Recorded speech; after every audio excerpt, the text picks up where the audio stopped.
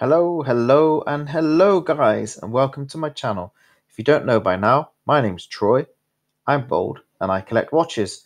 If it is your first time here, welcome, and today I'm reviewing a watch that's already featured on the channel in my second episode of What's in the Box. Today's watch has been kindly lent into the channel by Wes over at Mr. Budget Watch. Wes can be found at his YouTube channel and his Instagram. If you're interested in checking out his collection, you'll find all his links down below in my description. Like me, he reviews and features affordable watches, a niche of the market that seems to be growing, and everyday guys just like us can enjoy the hobby without being judged. I love this community, and hopefully you guys like what I bring. Speaking of affordable, how about a watch that costs less than £50 with a Swiss movement? That price is an absolute banger for the watch you get, but with Swiss insides, all I have to say is how? You can pick this watch up on AliExpress. I've popped a link down below in the description if you are interested in picking this one up.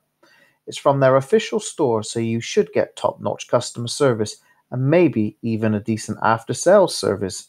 But because this watch has been lent into the channel, I cannot tell you my experience on any of that. But I do know who has had good customer service from Gallant, and that's Steve over at the Watch Corner. I've linked the video in question down below where he has a Gallant watch that wasn't hitting the markers, and they refunded him for that watch. To me, that's pretty impressive.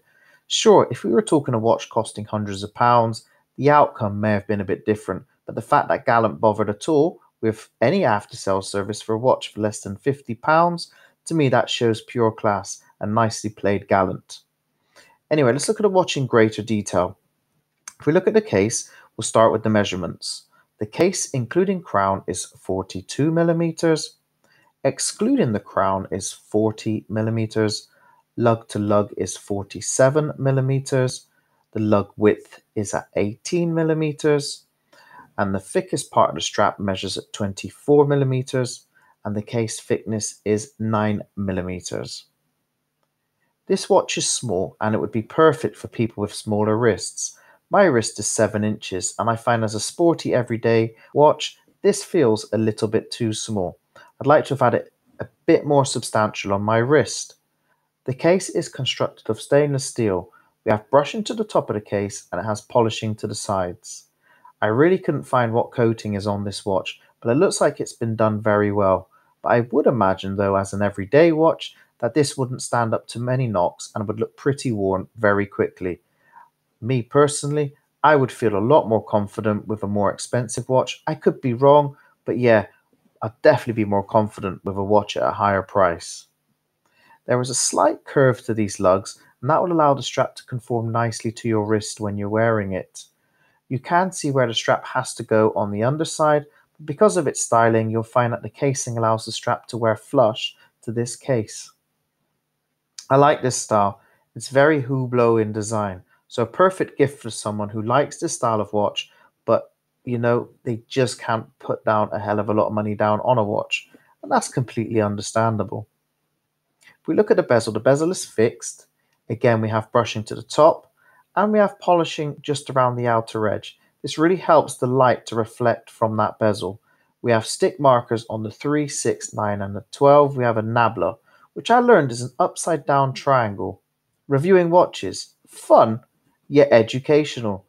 They're colored in gold paint. Again, I would think you would lose the paintwork if this was your everyday watch, but please prove me wrong, guys. If you own this and you have worn it every day, how's it stood up over time? Please let me know down below. On the back, we have a highly polished snap-on case back.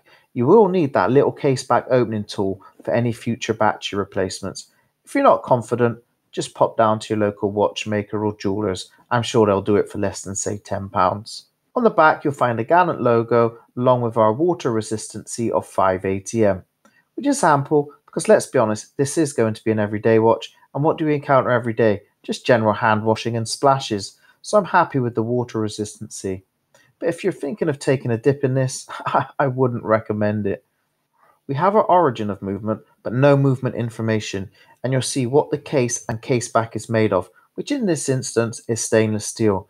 Again, I'm happy with this. No cheap alloy casing on this watch, something you might have expected because of its price. I'm a massive fan of this crown. you'll find it's a gold tone on the inner ring, and that's sandwiched between this black knurled part of the crown, which looks great. It's signed with the Gallant logo, and what I really like is that you can still rotate the crown so you can line that logo up if you really wanted to. OCD watch owners like me will be super stoked to get that lined up. It is only a standard push-pull crown, but it has really substantial click when you're pulling it into its first and its second position. Your first changes the date, and the second will change your time. You can see the date starts to change at 20 minutes to midnight, and the full date change happens at around about 3 minutes to 12. With this date change, it might actually give us an indication to what the movement actually is inside of this. And talking of the movement inside, like I mentioned previously, is a Swiss quartz movement. I'd have loved to have opened the case back, but this Gallant is on loan, so I've left it as it is. But if anyone owns this watch, please let me know in the comments below what movement it is that I will find in here. But I know I'm sounding like a broken record, but this is phenomenal value for a Swiss quartz. Time to look at the crystal. Nothing too exciting, just your standard mineral crystal. There seems to be a slight beveled edge to it when you look at it, but it's probably because the bezel is scalloped out, which is giving us this look. At certain angles, you will find some dial distortion, and I love when a watch does this. Looking at the dial, you'll see straight away that Gallant has chosen to remove the second hand. This can be a hit or a miss for some of you guys out there. I don't think it is too much of a big deal, but I can totally understand if some of you might have preferred a second hand. The dial is matte black with a stepped outer ring, which gives us our countdown markers. Pointless without a second hand, but hey ho, this watch isn't perfect, but it is a good watch. To me, there is too much inconsistency with this dial. So for example, the hour markers are stick markers on the 3, 6 and 9, then at the 12 we have an Arabic numeral. But all the other hour markers are shown with 5-minute increments. What I do like though is that the markers at 5 to 10, 20 to 25, 35 to 45, and lastly 50 to 55 is broken down with this gold line. As much as I like it, I can't help but feel maybe if you just had the whole minute track like that, the dial would have looked better. We have the Gallant logo at 12, which I don't mean to be a snob, but for a Chinese brand, the name and the style of font is probably one of the best out there from a Chinese brand. So yeah, I would wear this because the name looks and sounds great. At the 6 o'clock, we have our date in a circular gold surrounded date window. This fits the watch well, but maybe color matching that date wheel would have been better, and maybe a line of text above would have been a better fit. I like sub-brands within a brand. For example, Rolex Submariner, Seiko Prospex. If Gallant were to give this watch his own name, it would have looked great in gold, just down there at the 6 o'clock. What would you have called this watch? You'll see in the title I've called it the JPS, or the John Player Special. If you're a Seiko fan, you'll know why it has this name, and that's because of its black and gold colorway. If you do not know what JPS stands for, it's in fact a cigarette brand, but I think the colors are more famous because of the Team Lotus F1 racing cars of the 70s and 80s. And being a child of the 80s, I totally remember seeing these iconic cars on TV. Time to look at the hands. The hands are skeletonized until we get to the tip. The tip is loom filled, and that is the only bit of loom on this watch. But was it worth it? Let's cut to some loom shots.